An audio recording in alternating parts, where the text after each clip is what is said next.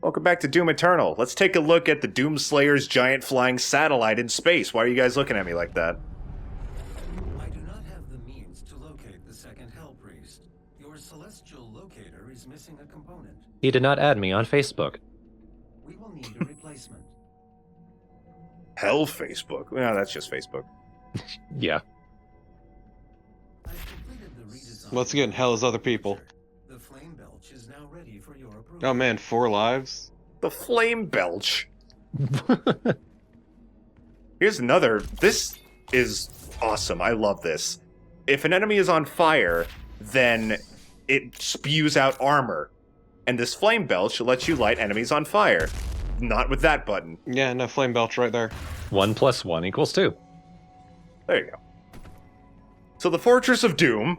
Why the fuck is this here? God damn, there's so much to explain. Let's talk about this first. Sentinel crystals. This pretty much replaces the Argent energy balls from the first game. You choose to increase your health, armor, ammo like normal, but if you complete one of these like pairs of things, then you also get the buff that comes along with them.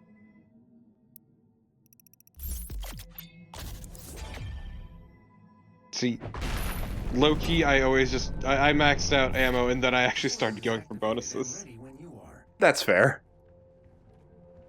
Ammo does feel like the more immediate problem to solve. The Fortress of Doom is a command station that was created by the Sentinels, also using Maker technology. That was mostly for military purposes, and now the Doomslayer has pretty much taken it over to listen to the radio. This is an ARC broadcast. There are reports coming out It is of your the hub area quarantined between levels, and it's actually zone very near nice the to have. San Andreas Chasm. Yeah, Satellite imagery there will be a lot showing more ARC to personnel explore believed to be later in the legendary game, once we have the Doomslayer ability to himself explore more of this fighting big the mortally castle. challenged. The Doomslayer, or Doom Guy, as he is sometimes referred to, was thought to be a myth of the Resistance, a sort of avenging angel. He was Avengel? last reported to be seen on Mars, and is allegedly responsible for the destruction of the Argent Tower there. He disappeared soon afterwards. Yes. The UAC continues to deny all reports of his existence. We will continue to broadcast new information as we receive it. So every now and again you can listen to those radio broadcasts from the Ark, from the Resistance essentially. There's still some like pockets of humanity that still remain. I believe that radio broadcast is specifically coming from Antarctica, where apparently there are no demons. Maybe it's too cold and they don't think any humans are there. So they're just all holed up in Antarctica. Look, hell is hot, except for that one part that isn't. So demons love the heat. We're gonna talk about Cocytus. So you can see the difference in color already. This place, Exultia, is fucking gorgeous. This is also a different world. It is. Ah!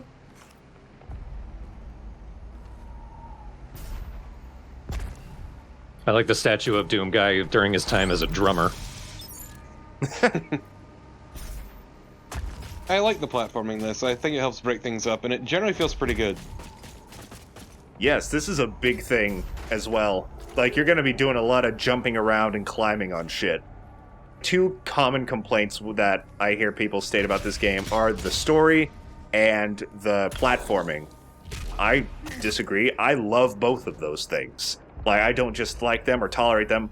I love them. I love the platforming. When CJ was watching me play this game, they were like, wow, this platforming looks really satisfying and fun. And it is! I love it! The main complaints I've mostly had are one similar to mine, which is related to the weak points and over-design and all that. Here's a new enemy, the Gargoyles. I've heard a lot of people call them annoying. I can't quite tell because I kill them very quickly and they're very good chainsaw bait. They can shoot things at you and they're kind of fast. Yeah, they look like one of the irritating speedy type enemies. They kind of are. They're so floppity and lanky too. And also, yeah, this game goes hard and fast with introducing new enemy types. Some are new, some are from Doom 2, but in general, it really does do a lot with it. Hello, floating Hell Knight. Why are you doing that? Hey, he's our Hell Knight. They've grown eyes again. Can't quite see him. There. They're tiny. Tiny little Reese's Pieces eyes. Why don't you eat them? Great question. I don't know what the point of that hound is. It's called the wolf. Big hand. The blood punch. What is that? It's this. Merry Fistmas. So you use your melee attack when you've done enough damage, and you can do the blood punch. I consistently blood punch by mistake when I try to glory kill, which should be more annoying than it is, but I guess it isn't. Eventually you can upgrade it so that you get health when you blood punch people too, like a glory kill, so it doesn't get in the way so much. Yeah, there are some nice benefits you can get for the blood punch that significantly improve it. And runes are changed up a bit. You don't have to do a challenge to get them anymore. You find one and you just choose the rune you want, and you can equip up to 3 at a time like before. There's a few different ones too. Got mixed feelings about a lot of these. I do have a favorite trio that I typically stick with. First, of course, is increasing your movement control in the air. I highly recommend this. It makes everything a lot easier, especially with the increased focus on platforming.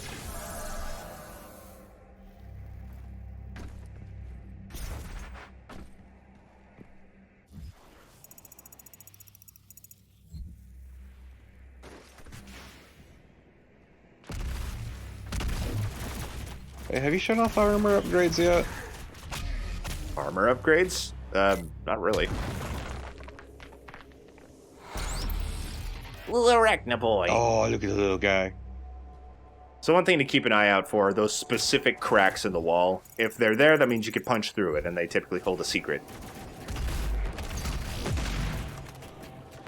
You can also swing on monkey bars, which is fun.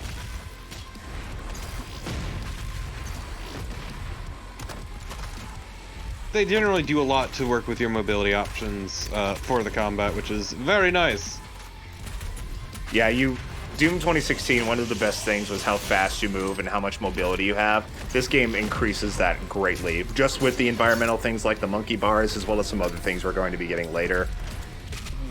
Torpo, I'm starting to realize what you're talking about, because new things keep getting introduced before I can explain the previous thing. Yeah, I'm still a little dubious about the story, but the platforming and the flow of combat feels pretty good. At least just looking at it. See, my issue with the weak points is actually I always felt they kind of broke up the combat in a way I didn't enjoy. That I just straight up disagree with. I think they're fun to exploit, and if you choose not to exploit them, I don't think it hampers you too much. Except for something like the Cacodemon, where their weak point is so easy to exploit.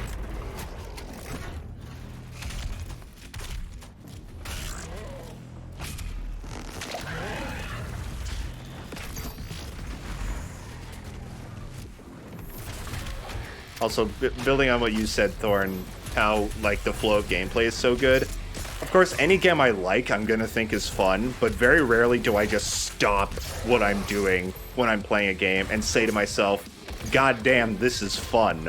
I do that all the time with Doom Eternal. This game is so satisfying at every point. There's a lot of ups and downs to this game. I have more to complain about with Doom Eternal than I do with Doom 2016. But I think its core gameplay is an absolute improvement.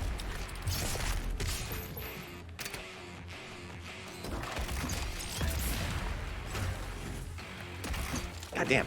You see, that's why I prefer to use the sticky bombs against Cacodemons. The grenade's arc isn't quite as far, and it's not quite as predictable. I always thought it works really well head-on, but...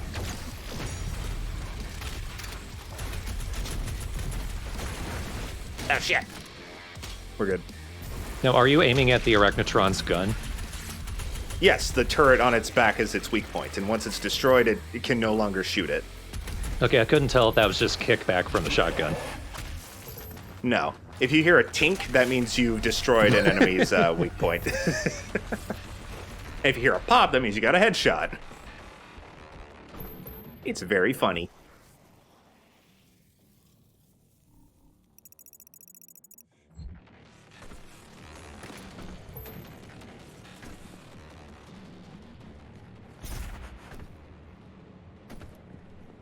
I'm partially reading through the Codex entry for Exultia to see if I can discern exactly what this place is, but the Codex entry is a translation rather, from Ligra Sultagenta, or the Book of Kings, which is, I guess, a book of tales and such in this universe. So it's hard to determine exactly what this place is based on that, since it's an entry written by somebody in the world. Which is interesting in itself, but me dumb. Me can't explain this. It's not exactly a historical artifact. No.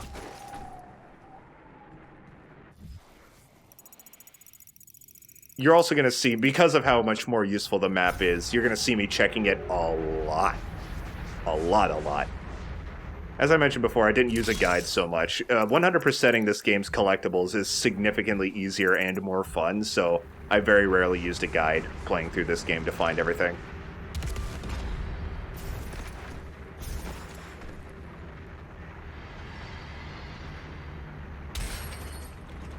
Took you a second to register. Must punch? Punch. Come on, that's one of Doom Guy's 3 words. The other two are ugh and eh. I thought his 3 words were rip and tear.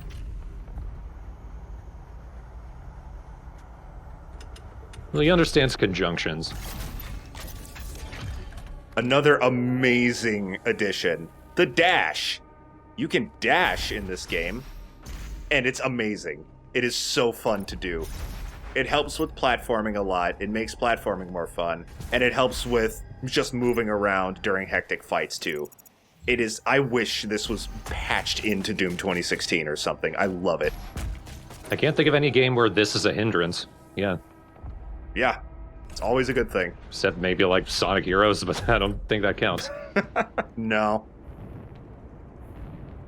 Yeah, that's what this needs. Crush 40. Oh my god, that would be the best. Mick Gordon cover of What I'm Made Of. It would almost be appropriate.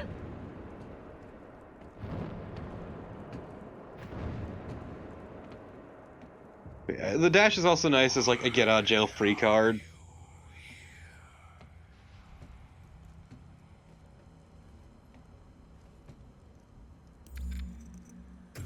Oh no, the light up nip.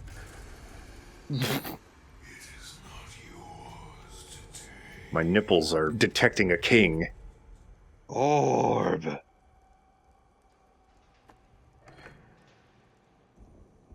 You cannot kill the priests.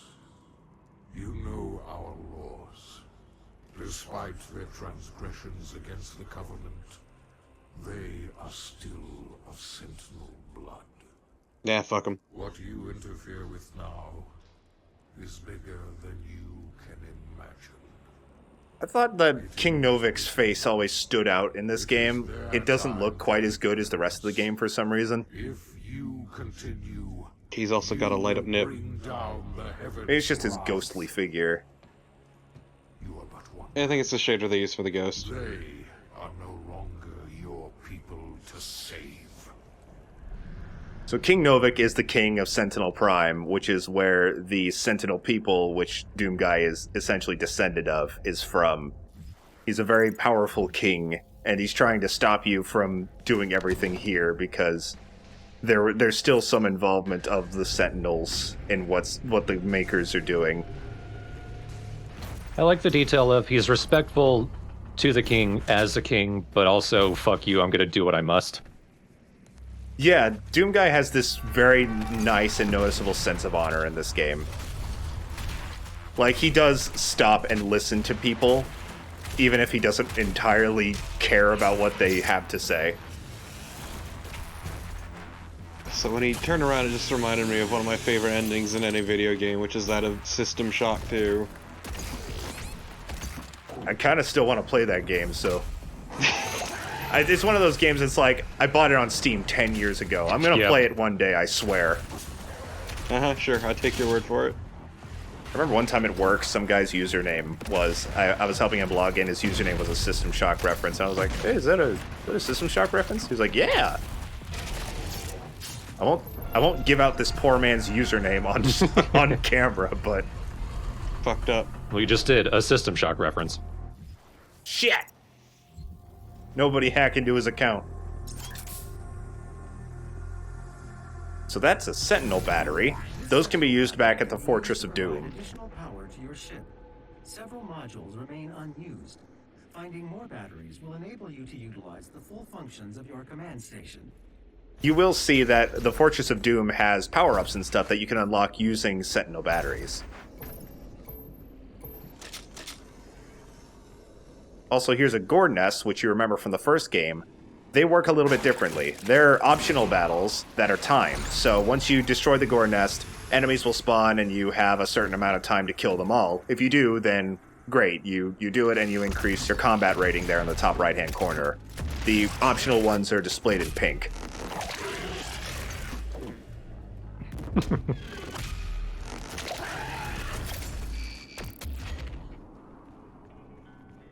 I think that was the first really prominent gulp.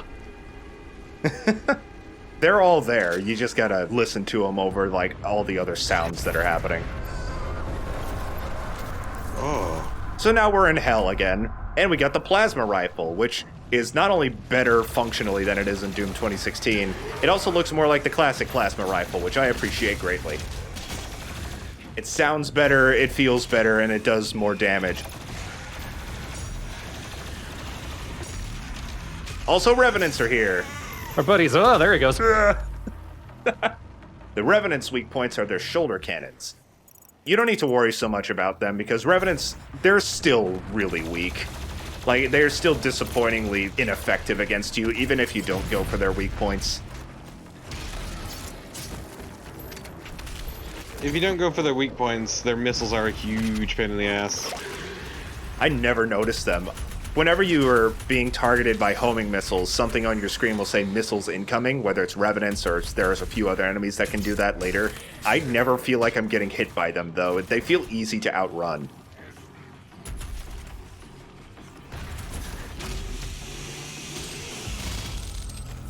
Very good strategy is if you're kind of not doing anything, just find a little weak enemy wandering around, flame belch, and then chainsaw, so you get a lot of armor and then a lot of ammo. I like that they've realized with the Revenants that skeletons are supposed to be macabre and creepy, but they're actually just kind of hilarious. I know. They've always been funny, but modern games really dig into that. So we found an album at Doom's Gate. That's the classic main Doom song. You can listen to these as you wander around the Fortress of Doom, and it's fun. There's a whole bunch of them. Another good example of the collectibles being a lot more interesting. What's not interesting is this gloop. I hate it. When you walk through it, you can't dash, you can't jump, you move really slow. It shouldn't be in this game, and it's stupid. That's why you jump over it. Yeah, you can jump and dash over a lot of it, but you're gonna be in it eventually. And I wanted to show off... I don't know why, but I wanted to show off what it does. Also, going back to the Revenants being goofier, it's even to the point where they had a skin you could get if you pre-ordered the game, which was the Doot skin, which replaced their missile launchers with large trumpets. Yeah. It's so good. I did pre-order the game, but I gave away the code that had that, as well as Doom 64 in our Discord. There are skins in this game. There's no microtransactions, but there are monthly events and stuff where you can unlock skins for Doomslayer as well as certain enemies. You don't see them in campaign, though. You only see these skins for the enemies in multiplayer.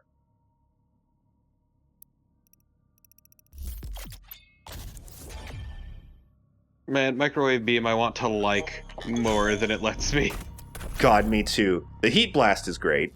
The Stun Bomb from Doom 2016 is gone because it was probably too overpowered. Let's upgrade some stuff while I talk. But it's replaced instead with the Microwave Beam, which I'm not getting and I probably won't use. What happens is you fire it at an enemy, it slowly does damage and takes a ton of ammo, But while you do it, the enemy is pretty much stunned in place, and if you can do enough damage, they explode. But you can't really attack anything else while you're doing that, so it never feels worth it, and it never feels efficient. It rips through ammo. It absolutely rips through ammo, and just... It's so slow. Yeah, and if you run out of ammo in the middle of it, then the enemy's just like, oh, well, that was fun. Anyway, gonna kill you now. It is functionally worthless against larger enemies. I was hoping we'd punch through the wall. No kidding, that's what I was saying too. Stupid game. I'm very passionate about that fist not punching. I saw you dash twice earlier. Is that how much you can dash? Yep, you can dash twice. There's certain points where you can see like a yellow glowing tube that will, if you collect that while dashing, it'll automatically refill your dash so you can do it more too. That's usually to get to farther away platforms. I think I was just watching. And so is that one. Well, I need the health. Well, I don't, but shut up. It's fun. I just really don't want to miss anything. That stock scream. It's her doorbell. Come in! Staying on these and waiting for the rings to lower will pretty much activate the switch. Man, isn't that drop in the music cool? Would it still be cool if you heard it 50 times throughout the rest of the game? No. No, this song's really cool the first time you hear it. You'll get sick of it by the end of this game. That's why we only record these every other week. Yeah. This game has a very good sense of scale. Oh, yeah. Yeah. Look at all this. Look how... Like, this is a game from 2020. I feel like there are games that look more impressive, but this game is fucking gorgeous to look at overall. Art direction is more important than graphical power. Yes. Even then, this game's still powerful as hell. Yeah. Like, I'm running this on Ultra, but this game has actually Ultra Nightmare graphics settings, which I cannot run. Yeah, I had nothing but technical difficulties with some of this shit, so it's kind of tragic, honestly, but... It is tragic, because other than, like, the occasional bug, which didn't affect much, I had no issues playing this game. Thankfully, I managed to stop playing just before a very awful enemy became commonplace. That's a long ways down the road, thankfully. Ah! I'm already seeing the dash being useful for clearing the space to do a glory kill. Very useful, yes. Especially if the enemies are, like, in midair and a bit too far for your regular jump to reach. And since we were talking about Ultra Nightmare earlier, I guess I'll go ahead and mention that extra difficulty I mentioned in Part 1 but never got back to is Extra Life Mode. Extra Life Mode is kind of like Ultra Nightmare, where in Ultra Nightmare you play the game on Nightmare difficulty, and if you die, game over, you have to start over from the beginning. Extra Life Mode's a little different. You can still choose your difficulty. It doesn't have to be on Nightmare Mode, but if you lose all of your lives, then you have to start over, no matter what difficulty you're playing. This game gives you a ton of lives, actually. I guess kind of spoilers. I'm not done recording this LP yet. I still have like 2 levels left. I've yet to actually die. Despite how hard this game is, if you get good at it and get a bunch of lives, you're not actually going to completely die a lot. See, as someone who's not as good at it, I don't mind the lives, but also, the complaint I do have is that if you lose all your lives, you do not get them back at a checkpoint. That makes total sense, though. Otherwise, you would, like, never run out. Kinda. It would kind of defeat the purpose. Yeah. Because they're not, like, literally lives. They're just instant respawns, essentially. Yeah, but, like, once again, if you're not as good at it, it makes certain sections a pain in the ass. Yeah. Don't be afraid to lower the difficulty in this game. It is hard, especially on your first playthrough. Collecting all the extra lives can help, though. And there's that yellow thingy I was talking about. A dash refill. I'm liking how quick he climbs those. I know, his arms are so goofy. And if you, like, zoom out from your first-person view, you'll see that the arms are just the arms. There's no other Doom Guy model. It's really funny.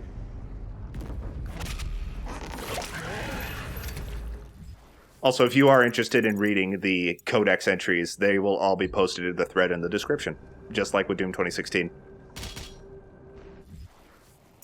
I don't think I ever mentioned that in the LP itself of Doom 2016, but they're there.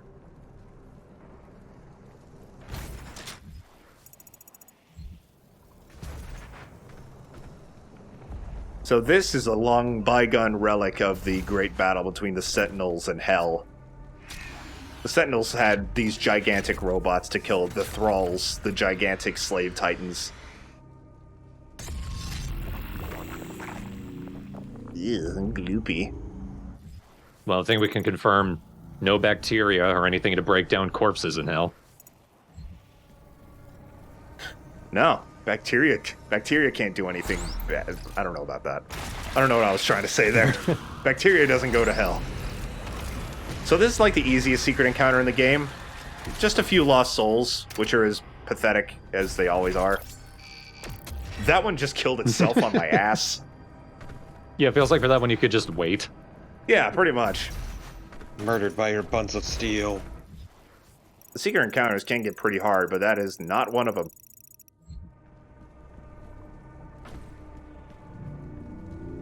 And you keep seeing that, like, purple glow on the map. We're gonna get to that, and it's great. Yeah. Into the gut.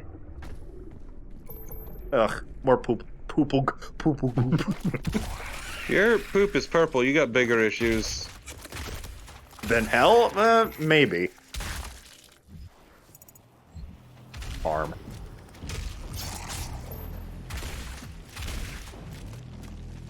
Tort mentioned in Doom 2016 how you could just kind of punch the regular zombies and it'll automatically stagger them. Not in this game. Your punch pretty much does no damage on its own.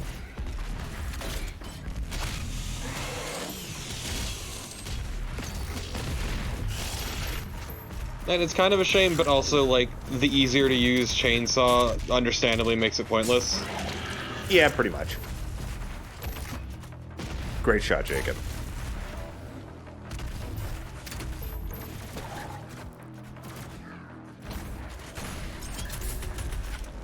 Holy shit. This is a game, like, no matter how many times you play it, you're gonna get better as the levels go on, as you get more used to it. Early on in the LP, I was considering restarting recording because I didn't feel like I was playing well enough, but then I kicked major ass in the next level, and I was like, this is just how the game works.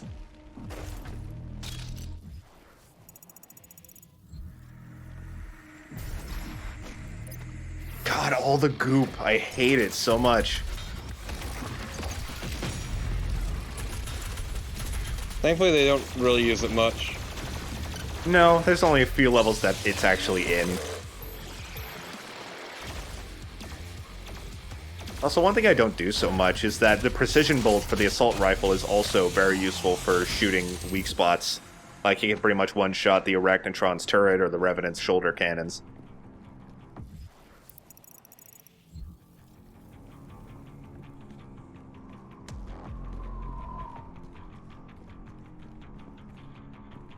What must this smell like? Death warmed over. Death and piss. What? It's death and piss, much like a truck stop bathroom. But lukewarm.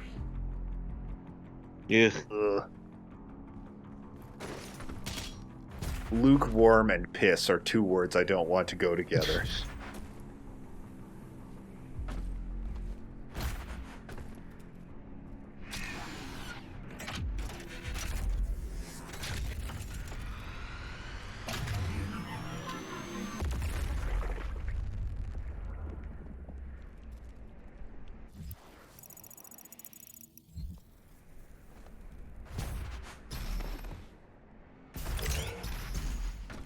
Feels like you don't even need that refill.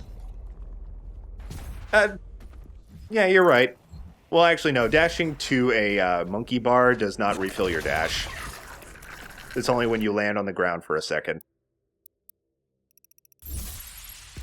Alright. So now that we got Sentinel Crystal for those two, demons will now drop armor at a faster rate when they're on fire.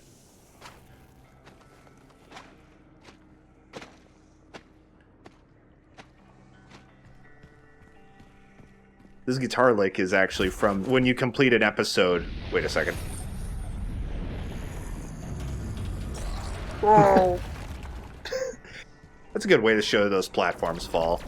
This guitar lick is from the end of the episode song from the original Doom. When you finish a level and it's got text, it's like, you did it, you kicked the asses. There's a lot of small callbacks to classic Doom songs in this soundtrack. It's quite nice.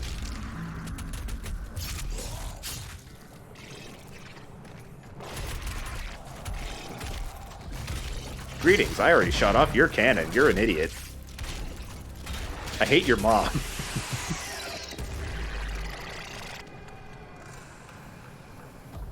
Well, that was fun. I don't know, I still feel a precision bolt is too good. It's good for headshotting weak enemies, and it's good for the... Any pinpoint hit. Any. Yeah. And there's a lot. Any pinpoint, like, weak spot, but... I mean, other than that, there's not much it's particularly useful for. That's a lot of things, though, is the thing. Yeah.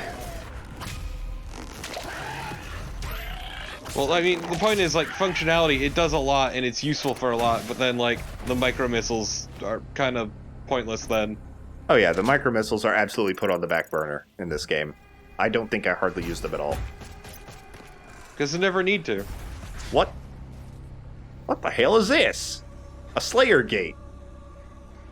I love these. If you're playing this for the first time, do this. You'll get an achievement. It's called Ow. So that's the Slayer Gate. We can't open it right now. There's a key. You saw it on the map there. It kind of blended in with the rest of the purple. Once we find that key, which is usually pretty close to the Slayer Gate itself, we can go inside and see what lovely things await us inside. It's good.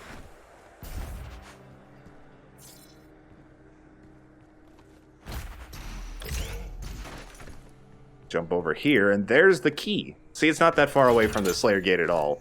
Very few of them are. It's not even a key, that's a weapon. Yeah, you can probably beat the shit out of people with this. So in here is a Gore nest. Destroy it, and... you are teleported to a special, usually significantly more difficult than the rest of the level encounter, where oftentimes you will see more powerful enemies before they're introduced in the main campaign. Beat this, you get an Empyrean key. Get all the Empyrean keys in the game. The game will spoil what it gives you, because this game does that. I won't. If you play the game with tutorials on, you'll already know what you get, but I think it's more fun if you don't know, if you're unfamiliar. I like knowing mostly because I know, like, knowing what I'm working towards instead of just kind of blindly getting collectibles. And that's fair.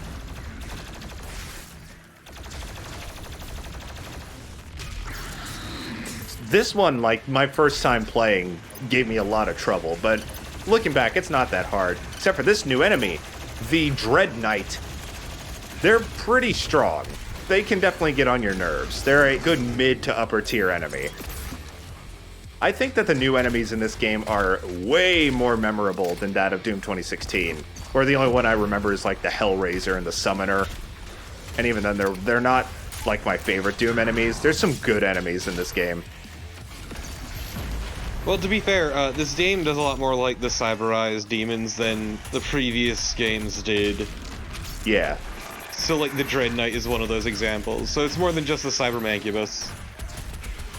Cyber Mancubus and Cyber Demon, yeah. Ooh. You gotta love a good cut that doesn't go all the way through. It's extra painful. All I know is if I'm cutting my meat, I want to go all the way through. Stop slicing yourself. I'm not gonna just eat a half-cut steak. That's ridiculous. Butterfly, it makes it cook faster. I did it! And the Slayer gate is displayed in purple on your combat points in the top right. Well, now it's green because I did it. How's it feel to know that you got a key to get a key? Well, I'd never thought of it like that. I'm gonna have to think in the fetal position after we're done recording to help find the answer to that question. I play a bunch of adventure games. I'm used to it.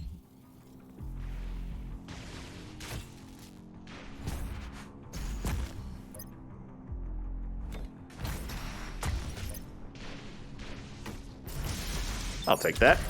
Hold on. What is happening? I am amazed you were able to recover.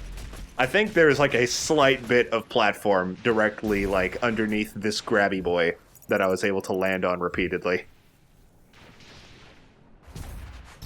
The betrayer's life signal is nearby. This was not mentioned at all, Lord. and it will never be mentioned again. I feel like once I get a moment, once we see what the betrayer is, I may just read his Codex entry, just to, because he is important, but he's not really brought up or explained much, like, in wording.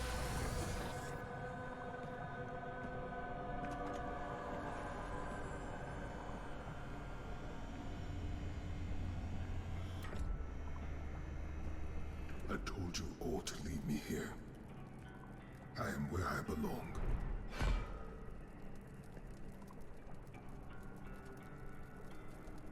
Saving your people will not bring you peace.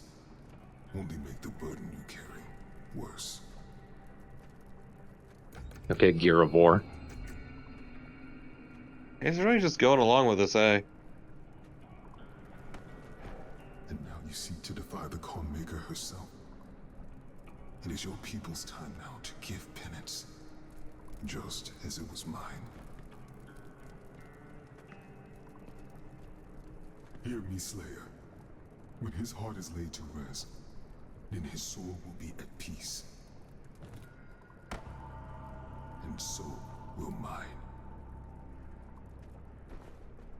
Fancy taser.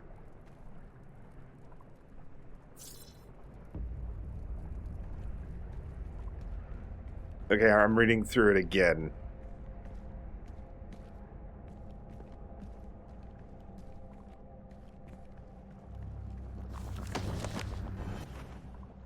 It's actually complicated, and we're not quite done with this level yet.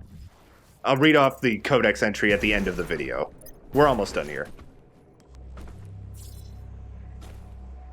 It's probably not anything that needed to be explained to you in-game.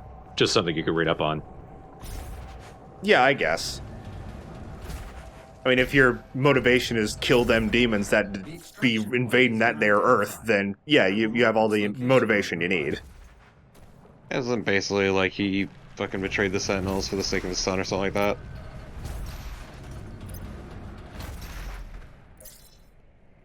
I mean, with a name like the Betrayer, like that's an unfortunate title to be given.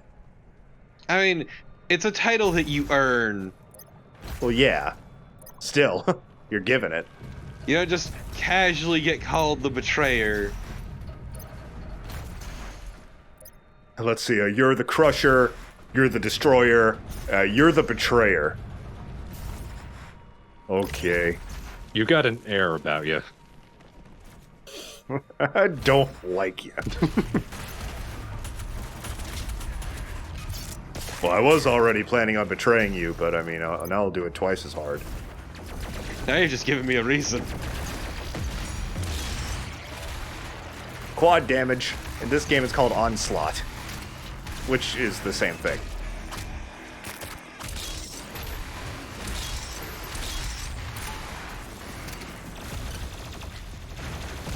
This will be the last fight of the level.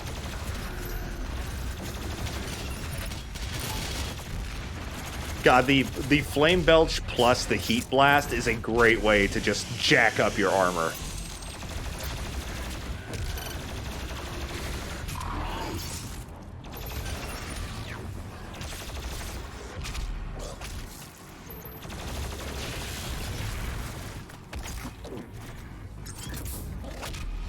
spicy. That's a spicy meatball. Don't fight him, feed him. Don't fight him, feed him. That Arachnotron wanted to key us. Rude.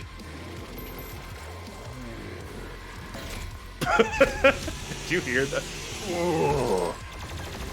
Someone's just having an unrelated stomach ache. Hello? Anyone else?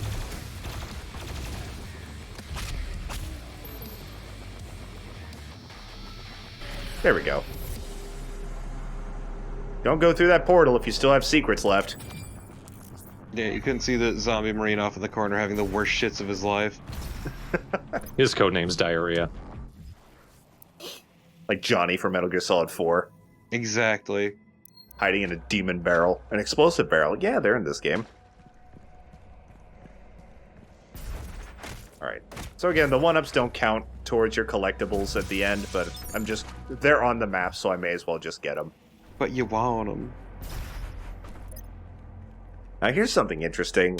This is a secret, but it just has armor. Actual secrets themselves do not count towards your collection. Like, if there's not an actual collectible in them, you can still skip them and get full exploration. It's really weird.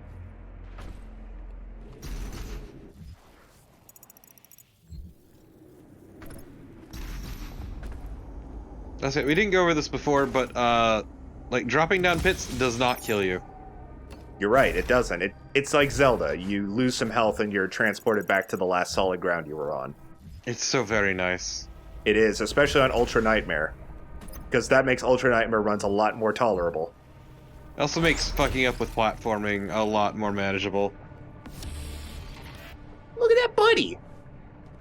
He's a little buddy, I like him. Congrats on your meatball. And you can see all the items that you found over there. Anything that you haven't gotten will be replaced with a question mark. But I've gotten all the collectibles, I've done all of the combat. Let's get out of here. Goodbye.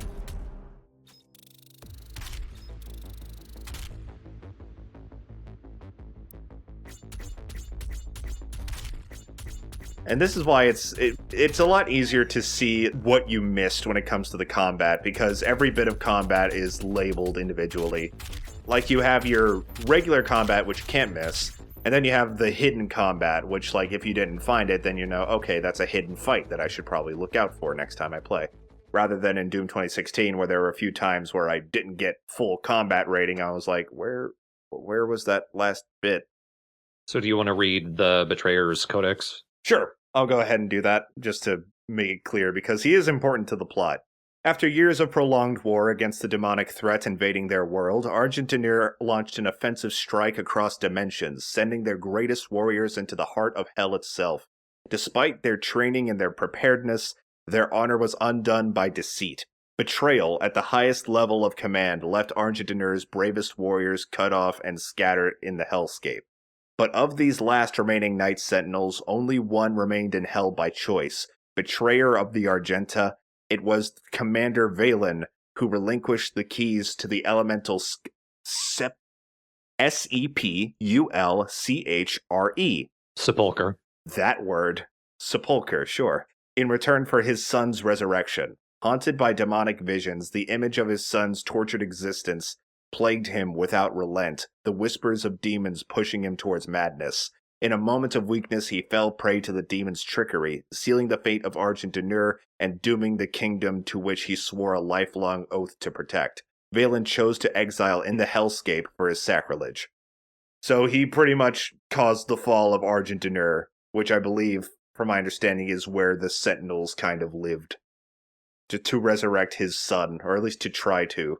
So are the Sentinels from a different planet? Not from a different planet. I believe that's a bit interesting. At least Doomslayer's origins are explained in this game verbosely. Like, you will see how Doomslayer came to be in this game in a very non-vague way. I have to point that out, because if I say if it's explained, oh, it's explained in a codex. No, it's a cutscene. No, it's very explicit. Yeah, we'll see where that's from. The Night Sentinels themselves, they're a bit more vague, and I'm not entirely sure if they're like if they were once human or if they were like born and raised and created in hell. Their own thing. Yeah. They are their own world. Argent Dinner is a different planet entirely. Yeah, a different realm at least. It definitely explains a lot of it. And it definitely connects the threads between the Doomslayer and Doomguy. Like, it definitely tries its best to marry the two and kind of just ends up explaining everything. I guess as long as it's interesting, then fine. Yeah, I'm interested in it. I don't always understand it, but I'm curious at the very least. It's still pretty dumb though. It's not like Shakespeare, and you wouldn't expect it to be. Well, at least you've got me here. I got a C in creative writing in college. Oh, hell yeah. You could have written this story then.